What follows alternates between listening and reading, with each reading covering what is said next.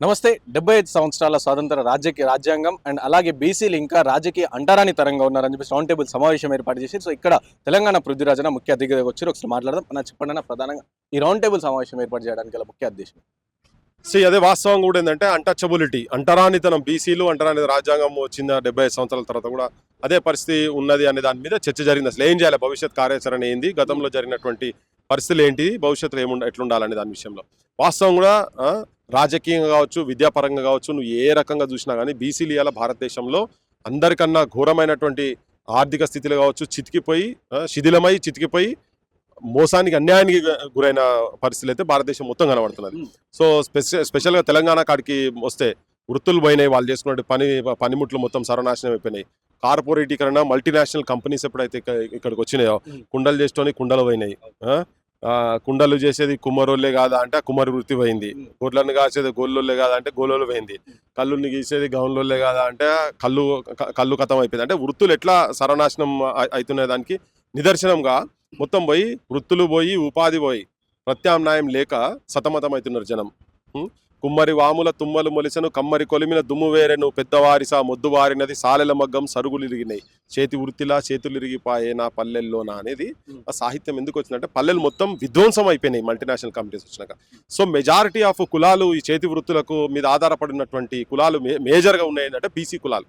The brilliant and creative communities. క్రియేషనే కదా అంటే ప్రతిదీ నువ్వు ఇనుము ఎట్లా ఏ టైంలో కొడితే ఎట్లా జరుగుతుంది, నాగలికి ఎట్లా ఉపయోగపడుతుంది, కట్టే నాగలు ఎట్లా చేయొచ్చు, ఇండ్లు ఎట్లా కట్టొచ్చు, గుడిసెకెళ్ళి నువ్వు బంగ్లాలు ఎట్లా చేయొచ్చు, ఇదంతా మొత్తం అంటే క్రియేటివిటీ ఉన్నటువంటి కమ్యూనిటీస్ మొత్తం ఎప్పుడైతే కార్పొరేటీకరణ వచ్చిందో, ఇలా లాండ్రీ సిస్టమ్ వచ్చి సాకలలో కనీసం అభివృద్ధి ఓకే, ఆ లాండ్రీ సిస్టమ్ వచ్చిన తర్వాత వాటికి సంబంధించినటువంటి వీళ్ళ చేతుల్లో ఉన్నాయంటే లేవు. అవన్నీ మెకనైజ్డ్ అయిపోయిన తర్వాత ఒకరిద్దరు కుటుంబాల చేతులనే ఇప్పుడు మంగళ షాప్ ఉన్నది, కవిత మంగళ షాప్ పెట్టింది. ఆమె కుల వృత్తి కాదు, కానీ ఆమె ఏం చేసింది, మొత్తం పెట్టేసి బ్యూటీ పార్లర్లను పెట్టేసి మొత్తం స్ప్రెడ్ చేసి పడేసింది. దాంతో వీళ్ళందరూ పాపం చాలా మంది మా నాయబ్రాహ్మణులకు సంబంధించినటువంటి వాళ్ళు ఆ వృత్తిలోకి వెళ్ళి పోవాల్సిన పరిస్థితి వచ్చింది. మరి ఎక్కడ పోవాలి, హైదరాబాద్ జీతకాలను ఉండాలి. ఆ జీతకాలు లేని సిచ్యువేషన్ ఉంటే వాళ్ళు బయట ఉత్తర హిందుస్థాన్కి వెళ్ళి తీసుకొచ్చి ఇలా చాలా మంది డిఫరెంట్ ప్రొఫెషన్ వాళ్ళు కూడా ఆ వృత్తి చేస్తా ఉన్నారు కాబట్టి పోయినాయి. ఇక్కడ ఉన్న వాళ్ళందరికీ అవన్నీ పోయినాయి. ఇవాళ అందుకనే దాదాపు 23-24 కోట్ల మంది భారతదేశంలో వలసలు పోతున్నారు. ఎందుకంటే ఈ వృత్తులు మొత్తం సర్వనాశనమైనవి. వాళ్ళకు భూములు లేవు, కనీసం వ్యవసాయం చేసుకుంటే భూములు లేవు, భూములు ఉన్నా కూడా నీళ్ళు లేవు. చిన్న పేద కుటుంబాలు మొత్తం చితికిపోయినాయి. ఇలా విద్య, కనీసం వాళ్ళకు విద్య ఉన్నదంటే విద్య కూడా మొత్తం తెలంగాణలో విద్యా వ్యవస్థ మొత్తం సర్వనాశనం అయిపోయింది. ఓకే, లక్షలాది మంది గవర్నమెంట్ స్కూళ్ళకి లేదా డ్రాప్ అవుట్స్ అని అవుతున్నారు, లేకపోతే ప్రైవేట్ స్కూల్లో పోతున్నారు. ప్రైవేట్ స్కూళ్ళకి పోతే ఫీజుల మీద నియంత్రణ లేదు, అడ్డగోలు ఫీజులు, కుటుంబాలు అప్పుల పాలు అయిపోయి కనీసం వాళ్ళకు బీమార్ వస్తే కూడా బతకలేని సిచ్యువేషన్స్లలో, అంటే ఒక్క బీసీలనే కాకుండా మిగతా వాళ్ళు మెజారిటీ బీసీలు ఉన్నారు, ఎస్సీ ఎస్టీలు కావచ్చు, కొంతమంది అగ్రకులాలు ఉన్నటువంటి పేదలు కూడా ఆ పరిస్థితులు ఉన్నాయి వాళ్ళందరికీ. సో మెజారిటీ దాదాపు గత మొన్న ఈయన కేసీఆర్ చేసినటువంటి కుటుంబ సర్వే సంబంధించినటువంటి ఏది ఉందో దాంట్లో అరౌండ్ 58% బీసీలు ఉన్నారని తేలిందట.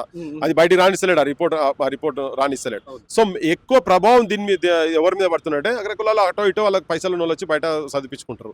సో ప్రభావం మేజర్గా బీసీల మీద పడుతున్నది. అట్లీస్ట్ కనీసం ఇవి మొత్తుకుందాం, 10 మందికి ఏమైనా చెప్దాం, ఈ రాజ్యంలో మా వాటా మాకేమైనా రావాలని చెప్పని శాసనాలు చేసేటువంటి శాసనసభలలో కూడా మాట్లాడేటోళ్ళు కూడా అక్కడ కూడా ఎవరు ఈ ప్రాతినిధ్యం వహించే ఎవరు లేరు. అంటే మెయిన్ గా ఇటు సెంట్రల్ లో చూసుకుంటే నరేంద్ర మోదీ కూడా నేను ఓబీసీని, సో బీసీలు నా కులం, బీసీల కులమే నేను అని చెప్పి ఆయన చెప్పుకొస్తాను. నేను రాష్ట్రంలో చూసుకుంటే రేవంత్ రెడ్డి కూడా బీసీలకి నెక్స్ట్ లోకల్ బాడీ ఎలక్షన్ లో పెద్దపీట వేస్తామని కూడా వీళ్ళు చెప్తా ఉన్నారు. నరేంద్ర మోడీ బీసీయా కాదనే తర్వాత సంగతి అది ఆయన బీసీ మీద పెద్ద కాంట్రవర్సీ ఉన్నది. సో అది ఓకే, అది ఒక నిజంగా బీసీ అయితే ఒక నరేంద్ర మోడీ అయినంత మాత్రాన మొత్తం పెద్ద మార్పు జరిగేది ఏం లేదు. భారత రాష్ట్రపతి ముర్ము ఉన్నదబ్బా, ముర్మును నేను ఒక ట్రైబ్ని తీసుకొచ్చి నేను పెట్టిన, ఒక ఆదివాసీ బిడ్డను తీసుకొచ్చి పెట్టిన అంటే ఆదివాసీ బిడ్డల బతుకులని మారినట్టేనా? సో అది ఎవరి నాయకత్వంలో ఉన్నటువంటి పార్టీ అనేది దాని ఐడియాలజికల్ ఫ్రేమ్ వర్క్ ఏంటిది? ఒక నరేంద్ర మోడీ నిజంగా బీసీ అయితే బీసీ కులాలకన్నిటికీ, ఆ వృత్తులకు సంబంధించిన వాటికి అన్నిటికీ కూడా నిజంగా ఆదరణ కనుక జరిగేది ఉంటే అప్పుడు జీవితాలలో మార్పు జరుగుతుంది, నిజంగా ఉంటుంది. సో తన ఎవరి చేతులలో ఉన్నాడు అనేది, నిజంగా అపాయింటెడా లేకుంటే ఎట్లా అనేది, జనం ఓట్లేసి గెలిచినా కానీ అపాయింటెడ్ అయింది అనేది. సో నిజంగా కూడా జరగాల్సినంత న్యాయం మాత్రం జరుగుతలేదు, బీసీలకు జరుగుతలేదు. ఇప్పుడు మనం ఆంధ్రప్రదేశ్కి తీసుకో, తెలంగాణకు తీసుకో, 1956లో 2 హైదరాబాద్ స్టేట్, ఆంధ్ర స్టేట్ 2 కలిసిన తర్వాత ఆంధ్రప్రదేశ్కి ఏర్పడ్డ కాడికెళ్ళి మళ్ళా ప్రత్యేక తెలంగాణ రాష్ట్రం 2014లో వచ్చిన తర్వాత ఇయ్యాల వరకు కూడా ఒక బీసీ కూడా ముఖ్యమంత్రి కాలే. ఒకవేళ కనీసం ఒక బీసీ ముఖ్యమంత్రి అయితే ఆ వర్గాలకు సంబంధించినటువంటి బాధలు గాథలు గోసలు అన్ని తెలిసి ఉంటాయి కాబట్టి వాళ్ళు అట్లీస్ట్ కనీసం ఆ వర్గాలకి ఏమైనా చేస్తారు అనేది న్యాయమైన చేస్తారు అనే ఆశతోటే ఇది జరిగేది. సో ఇలా కనీసంగా వాళ్ళ ఏజెంట్లు కూడా ఎవరు ఆయన పరిస్థితి ఇక్కడ కనబడతలేదు. నా ఓడు ఉన్నాడు కదా అని చెప్పుకుంటుంది కన్నా కూడా అది లేదు. అందుకనే ప్రధానమంత్రులు వీళ్ళు అయినంత మాత్రమే కాదు, ఇప్పుడు రామ్నాథ్ కోవింద్ పోతే కూడా గుడులలో కూడా కొన్ని దగ్గర ఇట్లా అవమానాలు జరిగినో మొత్తం భారతదేశం మొత్తం చూసింది, ప్రపంచం మొత్తం చూసింది. సో అందుకని ఏ ఆలోచన విధానంలో ఎక్కడ వాళ్ళు వచ్చి ప్లేస్ అవుతారో దాన్ని బట్టే డిసైడ్ అవుతుంది అని చెప్పవచ్చు. ఇంకోటి మన రాష్ట్రంలో కూడా బీసీ కులగణన మనం చూసినాం, మనం బీసీ కులగణన సంబంధించి సర్వే కూడా చేసినాం. సో దీని వల్ల నెక్స్ట్ లోకల్ బాడీ ఎలక్షన్లో పెద్దపీట వేస్తామని చెప్పి చెప్తాడు. అండ్ రేవంత్ రెడ్డి ఏమో 98% కంప్లీట్ అయిపోయింది అని చెప్పి కొంతమంది చెప్తాడు, కొంతమంది కాలేదు అని కూడా చెప్తాడు. సో మీరేం? సో అది అయితే నాకు తెలిసిందంటే వాళ్ళకు మనసుతోని చేసిన పని అయితే కాదు అది. ఓకే, సో ఫోర్స్ఫుల్ గా చేసిరు. దాని రిపోర్ట్ కూడా ఎట్లా వస్తుందో నాకైతే డౌటే ఉంది. చాలా మంది చాలా ప్రాంతాలలో మా దగ్గర రాలేదనేది కూడా ఉన్నది. ఇప్పుడు మీరు హైడ్రా మూసీ పరివాహక ప్రాంతం ఇక్కడ ఉంది కదా, అటు కిందికి కావచ్చు ఇటు పైనకి కావచ్చు, దాని చుట్టుపక్కల కూడా చాలా మంది మా కాలనీలకు మేము వచ్చినా బైకాట్ చేసినామని, కొంతమంది రాలేదని, ఇవన్నీ డిఫరెంట్ ఉన్నాయి. ఈవెన్ వచ్చిన తర్వాత కూడా లెక్కలు ఎట్లా జరుగుతాయి అనేది అది పక్కా న్యాయబద్ధంగా జరుగుతాయని మాత్రం నాకైతే లేదు, అనిపిస్తలేదు నాకు. వీళ్ళు కూడా ఎందుకు జరుగుతుంది అంటే, ఇప్పుడు వీళ్ళకి అసలు ఫస్ట్ ఇష్టం లేకుండే 6 నెలల లోపట మేము మొత్తం డేటా అంతా తీసుకొస్తాము అని చెప్పిండ్రు. గ్రామ పంచాయతీ ఎలక్షన్స్ ఈ 6 months లోపలికి తీసుకొచ్చిన తర్వాత పెడతామని చెప్పి అది ఎట్లా కాలేదు. ఇప్పుడు నేను అనేది ఏంటంటే, ముఖ్యంగా ఒకవేళ నీకు నిజంగానే ఉన్నది రాని, అది రిపోర్ట్ రాని చేయని, అది ఎక్కువనే అవుతుంది, తక్కువనైతే చేయవు కదా. అంటే నువ్వు ఇప్పుడు కులగణన చేసి రిజర్వేషన్లు పెంచడానికి అది చేసేది అంటే 42% నువ్వు ఎట్లా ఇస్తా అన్నావు, నువ్వు ఇవ్వాల్సిందే. నీ రాహుల్ గాంధీ వచ్చి ఇట్లా పెట్టుకొని చెప్పేగా కామారెడ్డిలా, సో అది నీ రాహుల్ గాంధీ చెప్పింది అమలు చేయాలి, నువ్వు అదైతే అమలు చేయాలి. దానికన్నా ఎక్కువ అయ్యేందుకే కదా ఇది. సో మేమంటాం అంటే అదైతే ఫస్ట్ అయితే 100% అమలు చేయాల్సిన అవసరం బాధ్యత మాత్రం వాళ్ళ మీద ఉన్నది. లేకపోతే ఎవరు కూడా ఇప్పటికే నమ్మతలేరు, రాహుల్ గాంధీ కూడా నమ్మరు. ఇప్పటికి ఏంటంటే వచ్చిన తర్వాత కాంట్రాక్టర్లు షేర్ అన్నారు, ఇన్ని వేల కోట్లు ఇస్తా అన్నారు, ఆ పైసలు ఇచ్చింది లేదు, ఏం చేసింది లేదు. వీళ్ళు చేసింది ఎక్కడ పెట్టింది, మేనిఫెస్టోలో పెట్టింది. అట్లా ఆ ఉన్నది ఒకటి, కనీసం అధికారంలో వార్డు మెంబర్లు కావచ్చు, ఇప్పుడు దాదాపు more than 70 కులాలు బీసీల కులాలు కనీసం వార్డు మెంబర్ కానీ దుస్థితిలో ఉన్నటువంటిది అన్నప్పుడు అన్టచబిలిటీ ఉన్నట్టే కదా. సో అందుకని ఇప్పుడు ఈ ప్రభుత్వం రేపు అలా మేనిఫెస్టో అయితే అమలు చేయాల్సిన అవసరం ఉంది. 42% అయితే రిజర్వేషన్స్ కల్పించాల్సిన అవసరం అయితే ఉంది. అంటే ప్రధానంగా ఏ రాష్ట్రంలోనైనా సర్వేలు నిర్వహిస్తారు, కానీ సర్వేల తర్వాత దాని లెక్కలు అయితే బయట పెట్టారు. తెలంగాణలో చూసుకుంటే ఇటు సకల కుటుంబ సర్వే అని చెప్పేసి కేసీఆర్ ఒకటి చేసారు, మళ్ళీ కర్ణాటకలో చేసినది కూడా. సో బయట పెట్టారు అని చెప్పేసి ప్రధానంగా. సో అట్లీస్ట్ వీళ్ళు పెడతారు, లేకపోతే వీళ్ళు కూడా అది సైలెంట్ అయిపోతారు. నేను అనుకుంటున్నా ఇప్పుడు వీళ్ళు పెట్టినా కానీ అది కరెక్ట్ పెట్టరు అనేది ఉన్నది నాకు. ఓకే, ఇప్పుడు వీళ్ళకి నిజంగా నిబద్ధత కనుక ఉండేది ఉంటే, వీళ్ళకి ఈ వర్గాల మీద నిజంగా ఉండేది ఉంటే, వాళ్ళు ఇంతకు ముందు కేసీఆర్ చేసినటువంటి సర్వేది రిపోర్ట్ అయితే బయట పెట్టాలి కదా. అధికారంలోకి వచ్చే వరకు మాత్రం గద్దెలెక్కి ఆ కుర్చీ పీఠం మీద కూర్చునే వరకు మాత్రము ఇంతకుముందు ఉన్న ముఖ్యమంత్రిని ఆరిపోసుకున్నారు. మేమైతే రిపీటెడ్ గా మేము కూడా క్వశ్చన్ చేసినాం. మేము ఏం ఆశపడ్డాం అంటే, రాగానే బయట పెడతారు కావచ్చు, ఎవరు ఎంత ఉన్నదో ఏం కథనో అని. పిల్లల్ని లెక్క పెట్టే, కుక్కని లెక్క పెట్టే, కడుపులున్న పొరగాలను లెక్క పెట్టే, మేకలను లెక్క పెట్టే, దాని కడుపులు ఉన్నాయి 1 ఉన్నాయా 2 ఉన్నాయా 3 ఉన్నాయా అవి కూడా లెక్క పెట్టే, కోళ్ళని లెక్క పెట్టే, గుడ్లను లెక్క పెట్టే, ఇవన్నీ ముచ్చట చేసిండు కదా. ఇవన్నీ చెప్పిండు, వేదిక మీద చెప్పిండు. మేము రాగానే హైట్లు ఇచ్చి పడతాం, ఇటు ఇచ్చి పడతాం, చిటికెళ్ళి కొట్టిండు. ఈయన వచ్చి సంవత్సరం అయింది ఇయ్యలే. అందుకే మాకు ఈయన నమ్మసంగా లేదు, వీళ్ళ మాటలు నమ్మసంగా లేవు. ఏవి కూడా మేనిఫెస్టోలో పెట్టినా కూడా ఇప్పటికి చాలా అమలు చేయలేదు కాబట్టి. ఎందుకంటే కొన్ని లిమిట్ పెట్టుకొని ఉన్నాయి కూడా చేయలేదు. 100 రోజుల లోపల మేము ఇవి చేస్తాం, సంవత్సరం లోపల ఇవి చేస్తాం అనేది కూడా చేయలేదు కాబట్టి ఇవాళ మాకు కూడా వాళ్ళ మీద కూడా డౌట్ ఉన్నది. అందుకనే అది అమలు అయిన నాడే నమ్ముతాం, ఎవరు నమ్మినా కానీ. ఇంకోటి బీసీలకు సంబంధించి వాళ్ళు జెండాలు మోసేయడానికి ఉంటారు, కానీ జెండాలు ఎగిరేయడానికి కావచ్చు, రాజ్యాధికారానికి ఉండరు అని చెప్పి ప్రధానంగా ఉంది కదా వాదన. అంటే పదవులు వచ్చిన రోజులు రాజకీయం పదవులు రాగానే సైలెంట్ అయిపోతారని కూడా ఉంది. అంటే ఇప్పుడున్న పరిస్థితుల్లో ఆప్షన్ ఉందా? ఏం పదవులబ్బా బీసీలకు వచ్చినాయి పెద్దగా? ఏం పదవులు?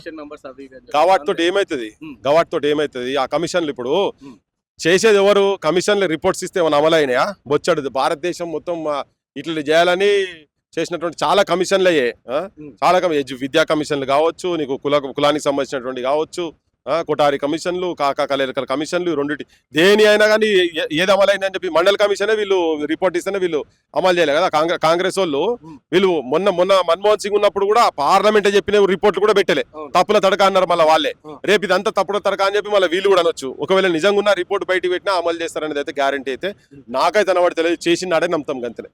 సో ఇంకోటైనా రాష్ట్రంలో సుప్రీంకోర్టు ఎస్సీ వర్గీకరణ చేసుకోండి రాష్ట్రాల వారికి అని చెప్పి తీర్పు ఇచ్చినప్పటి నుంచి సో రాష్ట్రంలో మాలా సామాజిక వర్గం బయటకు వచ్చి 30 ఏళ్ళుగా రాని మాలా సామాజిక వర్గం బయటకు వచ్చి కొట్లాడుతున్న పరిస్థితి మాలా వర్సెస్ మాదిగగా అయిపోయింది రాజకీయ రంగం కూడా రాష్ట్రంలో. సో దీని గురించి మీ స్టాండ్ ఏంటి? మీరు 100% ఇప్పుడు బీసీలకు ఎట్లయితే ఏబిసిడి వర్గీకరణ జరిగిందో జరగాల్సిందే. ఇప్పుడు చాలా మందికి మాకు అన్యాయం జరిగింది, కొన్ని వర్గాలకే 1-2 కులాలకే ఆ ఫ్రూట్స్ అందుతున్నాయని చెప్పని కొంతమందికి మాదిగోళం కూడా అంటున్నారు, కొంత మాదిగోళ్ళు మాలోలను అంటున్నారు. కొంతమందికి డక్కలోలు కావచ్చు, ఇంకా కటిక పేదరికంలో ఉన్నటువంటి వాళ్ళు, అన్రికగ్నైజ్డ్ అన్రిప్రజెంటెడ్ కొన్ని కమ్యూనిటీస్ ఏవైతే ఉన్నాయో వాళ్ళందరూ కూడా అంటున్నారు వీళ్ళు కాబట్టి మాకైతున్నది. ఇవన్నీ ఎందుకు? జనాభా దామాషా ప్రకారంగా అంబేద్కర్ ఏదైతే చెప్పిండో వాళ్ళందరినీ కుల ప్రాతిపదిక మీద తీసుకొచ్చేసి వర్గీకరణ చేస్తున్నది న్యాయబద్ధమైన డిమాండ్. నేను అనేది కూడా కాదు కదా, దేశంలో ఏ కమిషన్ వేస్తే ఆ కమిషన్ రిపోర్ట్ దానికి సపోర్ట్ ఇచ్చింది. ఇలా సుప్రీంకోర్టు జడ్జిమెంట్ కూడా ఉన్నది. సో డెఫినెట్ గా వాళ్ళకి అన్యాయం జరుగుతున్నప్పుడు అది న్యాయమైన డిమాండ్ అన్నప్పుడు అమలు చేయాల్సిందే కదా, వర్గీకరణ చేయాల్సిందే. అంటే దీంట్లో ప్రధానంగా రాజకీయ కుట్ర నడుస్తుంది. కేవలం వీళ్ళని రెచ్చగొట్టి కొంతమంది మంత్రి పదవుల కోసమే చేస్తున్నారు అని చెప్పి ఒక వాదన ఉంటే 30 ఏళ్ళు కూడా చేసింది ఏం లేదు, ఇప్పుడు ఏం చేస్తారని కూడా కొంతమంది అంటారు. ఇది సుదీర్ఘమైన పోరాటం అబ్బా. ఎంఆర్పిఎస్ మూవ్మెంట్, మాదిగలు వాళ్ళ హక్కులు మా హక్కులు మాకు కావాలి, మేము ఈ ఎస్సీలను పెట్టి వర్గీకరణ లేకుంటే మాకు రావాల్సినటువంటి హక్కులు వేరేటోళ్ళకి పోతున్నాయి అనేది 30 ఏళ్ళని జరుగుతున్నది. ఇలాంటిది కాదు కదా 30 ఏళ్ళు అంటే సామాన్యమైన విషయమా? సో జరుగుతూనే ఉన్నది.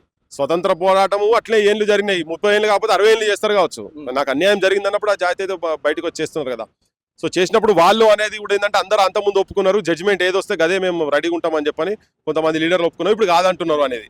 సో ఎన్ని ఏళ్ళు జరిగిందని కాదు, ఇప్పుడు ఈ మూమెంట్ అయినా ఆ మూమెంట్ అయినా సరే, ఇప్పుడు మాలాస్తి కూడా వాళ్ళు కావద్దని వాళ్ళు అంటున్నారు. కానీ న్యాయబద్ధంగా ఇద్దరు మధ్యలో పంచాయతీ అయినప్పుడు పెద్ద మనుషులు అంటే వాళ్ళు ఉంటారు కదా, ఆ పెద్ద మనుషులు కోర్టులు కమిషన్లు ఇవన్నీ ఉన్నాయి కదా, వాళ్ళైతే చెప్తారు. చెప్పినప్పుడు అయితే డెఫినెట్ వినాలి కదా. మేము ఇంకా కలిసి ఉన్నామంటే మరి తెలంగాణ కూడా అది అట్లే అన్నారు. ఆంధ్ర తెలంగాణ రెండు అన్నదమ్ములు లెక్క విడిపోదామని చెప్పని ఒక ఇంట్లో విడిపోతలేరా అన్నదమ్ములు?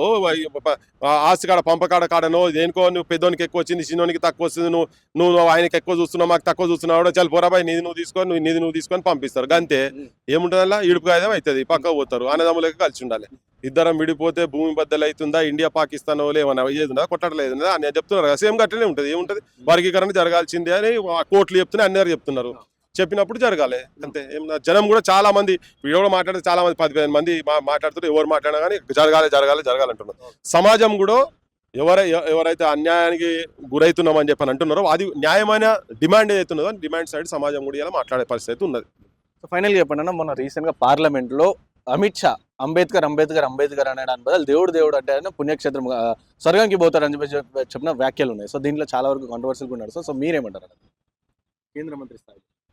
ఆయన 100% ఆ స్టేట్మెంట్ అట్లా అర్థమైతే డెఫినెట్ గా తప్పుడు అర్థం వచ్చేటట్టుగానే ఈ భగవంతుడు అనే అంబేద్కర్ కన్నా గొప్ప అనే అర్థం వచ్చేటట్టుగానే మాట్లాడి ఆయన పక్క పార్లమెంట్ అట్లా మాట్లాడేసిండు ఆయన. అది తప్పే. అంబేద్కర్ నే దేవుడు అనుకునేటువంటి సెక్షన్స్ చాలా ఉన్నాయి. ఓకే, ఇలా ఈ దేశంలో కనీసం మనుషులుగా బతుకోగలుగుతున్నాము, మాకు ఆ హక్కులు కల్పించుండు అనేది కేవలం అంబేద్కర్ ఇచ్చిండు అనేది ఉన్నది, విచ్ ఇస్ ఫ్యాక్ట్ కూడా చాలా మటుకు. ఆ దేవుడు ఎవరో మాకు కనబడదు మాకు ఎరకలే, కానీ మాకు కనబడే దేవుడు మాత్రం అంబేద్కర్ అనేది అయితే ఉన్నది.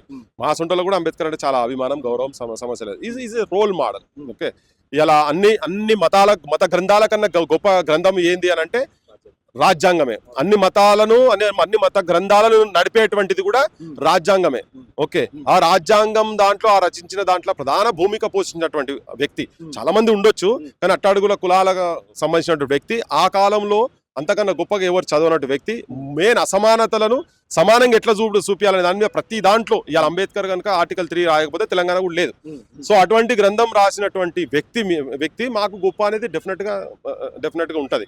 సో 100% దాంట్లో తేడా అనేది ఏం లేనే.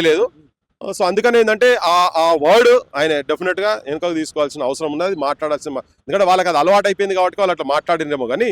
సో అంబేద్కర్ ను ఈ దేశంలో చాలా మంది, ఈ దేశమే కాదు ఈ దేశంకి వెళ్ళి ఇక్కడ అంబేద్కర్ కల్పించినటువంటి చదువులు చదువుకొని బయట దేశాలలో ఉన్నటువంటి వాళ్ళు కూడా ఇవాళ అంబేద్కర్ సెంటర్లు, ఈవెన్ అమెరికాలో అటువంటి ప్లేసెస్ లో కూడా, లండన్ లో అమెరికాలో అసలు ప్లేసెస్ లో ఇక్కడ చదువుకొని పోయిన వాళ్ళు కూడా పెడుతున్నారు. సో అంబేద్కర్ ఇవాళ ఒక భారతదేశం సంబంధించినటువంటి మేధావి కదా. ఆ కాలంలో భారతదేశంలో అంత గొప్ప చదువులు ఎవరు చదవని వాళ్ళు. సో తన గురించి అంత చులకనగా దేవుడు గొప్పడైతే కాదనేది ఏం లేదు, దేవుడు కూడా గొప్పడే అను. అట్లే నువ్వు ఎందుకు కంపారిజన్ చేసినప్పుడు కొంతమందికి ఏమవుతుందంటే వాళ్ళు గాయం జరిగేటువంటి పరిస్థితి ఉంటది. అది ఆయన తప్పు స్టేట్మెంట్ అని మాట్లాడకపోనుండే. సరే ఒకటే దాన్ని పట్టుకొని ఇంకేం మాట్లాడతామని కాదు, అది మాత్రం పక్క అంబేద్కర్ ఆమె అనే వరకు దేవుడా అంటే సరిపోతుంటే ఎవరైనా కానీ ఇప్పుడు ఈయన హక్కులు ఇచ్చిండు కాబట్టి ఆ హక్కుల ప్రకారంగా చదువుకుంటే చదువుతాం. తనైనా కానీ దేవుని దండం పెట్టగానే చదువు వస్తుంది. ఈ చెట్టు కింద కూర్చొని దండం పెడితే నాకు చదువు వస్తుందా? కొంతమందికి వచ్చిందంటారు, మరి మనకైతే రాదు కావచ్చు. మనం కూర్చొని 10 సంవత్సరాలు అట్లా కూర్చొని అంబేద్కర్ అంటే కూడా రాదు. ఎవరు కూర్చున్నా కానీ రాదు. మనం చేసేది మనం చేయాలి. కాకపోతే కొన్ని హక్కులు మనుషులుగా చూడనటువంటి సమాజం, మూతికి ముంతా నడుముకు చీపురు కట్టి పోయేటువంటి సమాజంని మనుషుల లెక్క తీసుకొచ్చి బతికేటట్టుగా చేసినటువంటి ఒక గొప్ప ఆలోచన ఉన్నటువంటి మహానుభావుడు వ్యక్తి. కనీసం నీళ్లు కూడా సమానత్వంగా చూడాల్సినటువంటి బడులలో కూడా నీళ్లు కూడా తాగకుండా వాళ్ళని కింద కూర్చోబెట్టి బయట కూర్చోబెట్టి ఇట్లా చదివించినప్పుడు అప్పుడు కొన్ని వర్గాలకి ఏంటంటే సమస్యలు మాకు ఈ హక్కు కల్పించింది కూడా ఈ పెద్ద మనిషి కాబట్టి, తననే భగవంతుని రూపంగా చూస్తున్నాం కాబట్టి అట్లా మాట్లాడొద్దు ఆయన. ఇంకా ఫైనల్ గా రాష్ట్రంలో డైవర్షన్ పాలిటిక్స్ నడుస్తున్నాయని చెప్పి ప్రధానంగా చెప్తాను. ఇది లాస్ట్ అన్న. సో డైవర్షన్ పాలిటిక్స్ నడుస్తున్నాయని చెప్పేసి చెప్తాను ప్రధానంగా. ఎందుకంటే మొన్న అసెంబ్లీ సమావేశాల్లో కూడా లగచర్ల కావచ్చు, లేకపోతే గురుకుల విద్యార్థుల గురించి వీరి గురించి చర్చాల్సిన చట్టసభల్లో సో అవసరం రాని అల్లు అర్జున్ ఇష్యూ అంతా చేర్చి అంత వారం రోజులు కాంట్రవర్సీ చేసిరని చెప్పి కూడా అంటారు. సో మీరేమంటారు? అల్లు అర్జున్ ఇష్యూ అవసరమే, దానికన్నా ఇంకా పెద్ద పెద్ద ఇష్యూలు ఉన్నాయి, అవి కూడా అవసరమే. ఇప్పుడు ఒక తల్లి చనిపోయింది, చనిపోదు 100% తప్పు. అది వీడియోలో ఒకరు ఇటు అంటున్నారు అటు అంటున్నారు, దాని మీద ముఖ్యమంత్రి అసెంబ్లీలో స్పష్టత చేసిండ్రు. కానీ సేమ్ టైంలో ఇప్పుడు 54 మంది, దాదాపు 54 మంది, స్కోర్ పెరుగుతూనే ఉన్నది. ఓకే, నారాయణపేట పోయినప్పుడు అంతమంది లేకుండే, అప్పుడు 48 49 దాని తర్వాత మళ్ళీ చచ్చిపోయిన ఉన్నారు. సో ఇప్పుడు ఆదిలాబాద్ లో చచ్చిపోయినటువంటి మా గోండు బిడ్డ కావచ్చు, ఇట్లా వాళ్ళ పట్ల కూడా సేమ్ అదే ప్రేమ ఉండి అట్లనే యాక్షన్స్ తీసుకొని ఈ సావుకి ఎంతైతే ప్రాముఖ్యత ఇచ్చిండ్రో వాళ్ళ సావుల గురించి కూడా అదే ప్రాముఖ్యత కనుక చేసేది ఉంటే సభ్య సమాజం అందరు కూడా మా బోటలో కూడా హర్షిస్తుండే. కానీ వాళ్ళేమో చెత్తల పడేసినట్టు ఇది ఒక డ్రాంగ్ అనేది మొత్తం పబ్లిసిటీ అయిపోతుంది. దీంట్లో కూడా డిఫరెంట్ టాక్స్ ఉన్నాయి.